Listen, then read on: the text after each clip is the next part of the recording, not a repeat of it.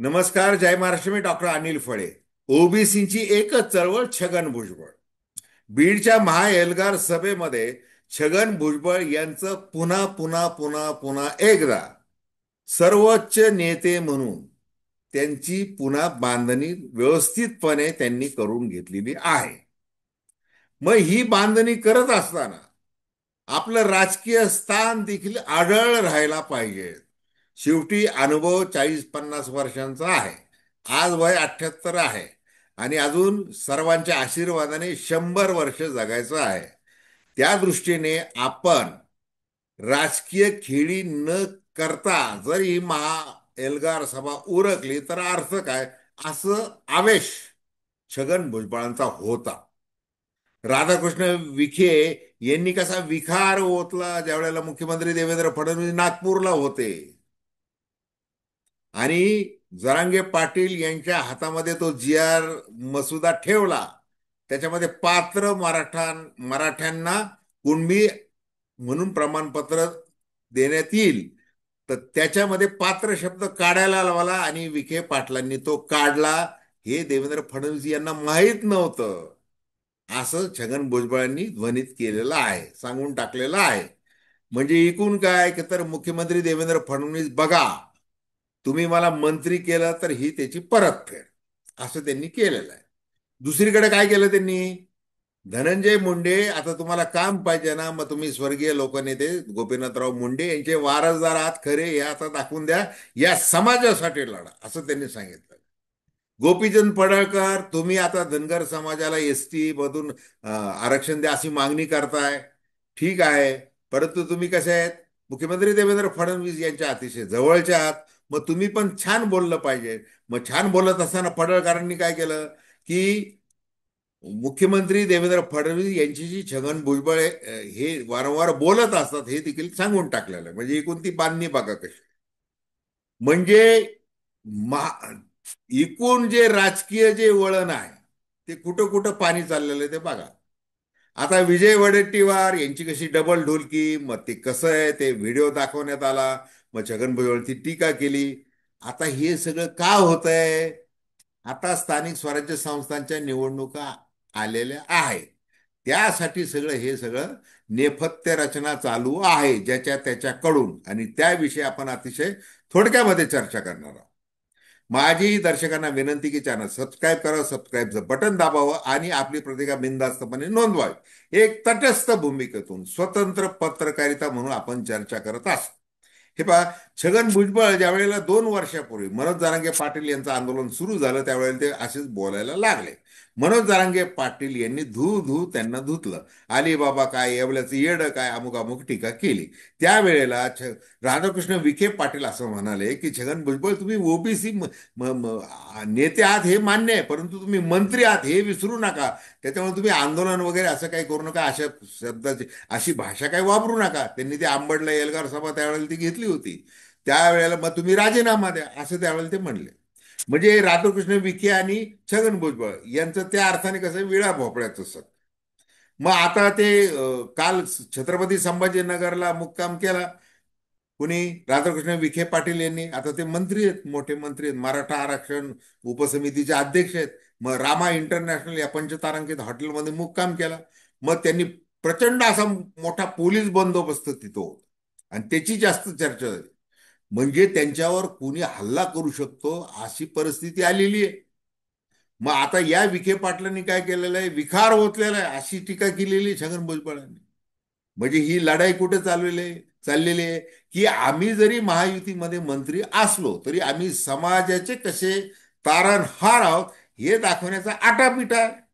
कारण काय की जसं शरद पवारांनी टीका केली की तुम्ही ओबीसी समाजासाठी ओबीसी मंत्र्यांची उपसमिती, मराठा आरक्षणाच्या संदर्भात मराठा मंत्र्यांची उपसमिती, हे काय चाललेलं आहे, त्याच्यामुळं सामाजिक धोका निर्माण झालेला आहे असं त्यांनी वक्तव्य केलेलं आहे. आणि मग ते काय केलेलं आहे, मग हे ते एक उदाहरण ते सध्या आता महाराष्ट्रासमोर दिसतंय.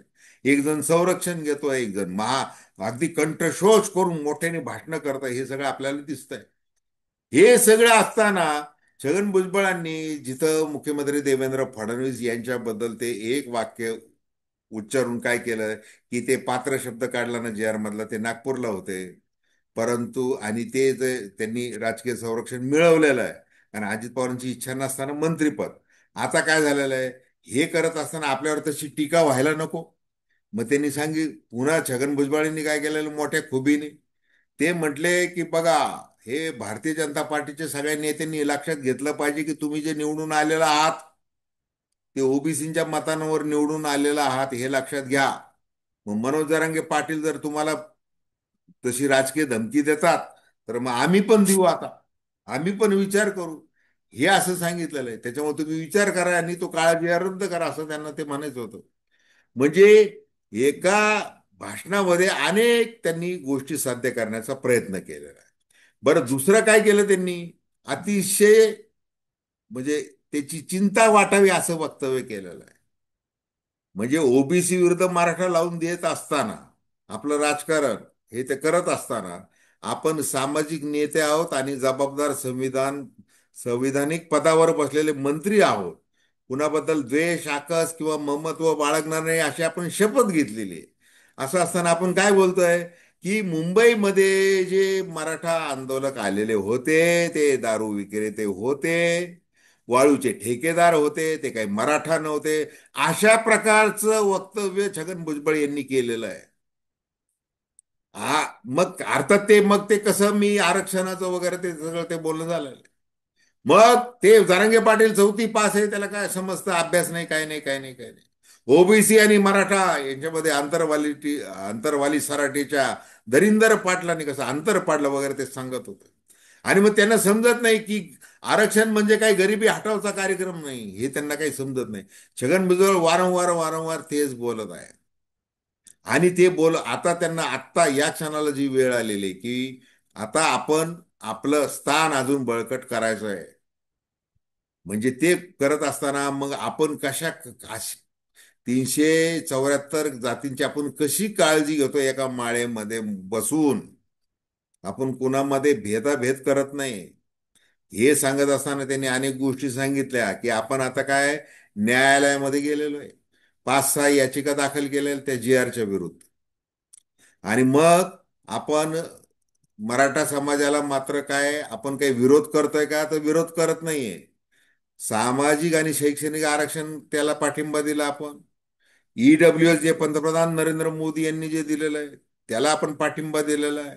आणि ते कसं चांगलं आहे वगैरे ते सगळं ते धनंजय मुंडे यांनी सांगितलं. मग हे जे आहे, हे कसं आहे की आपण कायदेशीर पण लढाई लढतोय आणि उद्या रस्त्यावर सुद्धा आपण लढू, हे त्यांनी पुन्हा पुन्हा एकदा सांगितलेलं आहे. म्हणजे हे असं जे चक्र आहे, हे आपण जेवढा लढा आपल्याला तीव्र करता येईल, निवडणुकीमध्ये आपण कोणत्या बाजूने कोणाच्या याच्याबद्दल बोललं पाहिजे, कसं मतसंघटन केलं पाहिजे, गावागावामध्ये काय केलं पाहिजे, त्यांनी अनेक उदाहरणं दिले आणि त्या व्यासपीठावर अनेक उदाहरणं दिले गेलेले आहेत.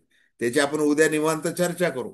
पण आज काय आपण बोलतोय की छगन भुजबळ हे अतिशय कसलेले राजकारणी आहेत. आणि त्यांचं सामाजिक नेते म्हणून त्या समता परिषदेच्या माध्यमातून त्यांनी काम मोठं केलेलंच. पण त्या कामावर देखील त्यांनी कसा भेदभाव केलेला आहे ओबीसीच्या इतर जातींवर वगैरे, त्याची पण चर्चा होती, जे मनोज जरांगे पाटील यांनी टीका केलेली लगेच ते भाषण झाल्यानंतर. हे अनेक गोष्टी बोलण्यासारख्या आहेत. तर ह्या विषयी म्हणजे आता त्यांनी छगन भुजबळांनी काय केलेलं आहे, विरोधक वडेट्टीवार असतील त्यांनाही केलेलं आहे. आपले पक्षाचे आपले जे अध्यक्ष आहेत त्यांनाही थोडंसं सांगितलेलं आहे की बघा आता मी केवढा मोठा झालेलो आहे. त्याच्यामुळे तुम्ही पक्षाच्या बैठकीमध्ये मला म्हणताल की आपले मंत्री एकाच जातीचा विचार करतात आणि हे काही परवडणार नाही वगैरे, असं ते तुम्ही काही बोलू नका, असा एक संदेश त्यांनी दिलेला आहे. आणि जाता जाता त्यांनी काय केलेलं आहे, त्या अजित पवारांच्या काकांनाही खुश केलेलं आहे. आता काका म्हणजे शरद पवार. आता शरद पवारांनी जे छगन भुजबळांना जे राजकीय जीवनदान दिलं अनेकदा, म्हणजे सुरुवातच केली ज्या वेळेला ठाकरेंची म्हणजे त्यांनी साथ सोडली, त्यावेळेला काय म्हणले की मंडल आयोगाच्या समर्थनार्थ मी काँग्रेसमध्ये जात आहे. मग तिथं ते गद्दार ठरले, संरक्षण घेण्याची वेळ झाली वगैरे, ते सगळं झालं. मग 1954 जी आर काढला. मग तो सगळं ओबीसींना आरक्षण मिळालं. मग शरद पवार हे काय की भारतामधले पहिले मुख्यमंत्री ठरले, आणि त्यावेळेला आपण त्यांच्या सोबत होतो. मग आता कसं आहे की आता बघा की इकडं सगळ्या पक्षांची गोष्टी झालेली आहे. आणि तर तुम्ही शरद पवार साहेब, की तुम्ही हे बघा की तुम्ही नाशिकला चिंतन शिबिरामध्ये जे बोलले, म्हणजे जितेंद्र आव्हाड यांच्या तोंडातून काय बोलले तुम्ही, की आमचा ओबीसी मधून मराठ्यांना आरक्षण देण्यास विरोध आहे किंवा कुणबी, असं तुम्ही बोलायला हे केलेलं आहे. म्हणजे आता तुमचा काय जो राजकीय डाव असेल तर त्याला मी थोडंसं साथ देतोय. अजित पवारांना काही बोलता येत नाही, त्याच्यामुळे मी बघा तुमचंच काम केलेलं आहे असं आहे ते भास, म्हणजे त्यांच्या बोलण्यामध्ये ना असा असं काहीतरी योजना वाटत होती अशा प्रकारची. आता ती योजना कुठे आहे? कारण एकाच वेळेला देवेंद्र फडणवीस यांचंही समाधान करायचंय, त्यांचंही करायचंय, यांचंही करायचंय. समोर बसलेला जो अपेक्षेने जो बसलेला समाज आहे, ज्याला ओबीसी मधलं जे आरक्षण आहे ते आरक्षण त्याच्यामध्ये विषमता नको आहे, ते त्याचं समाधान कोणी करायचं हा प्रश्न आहे.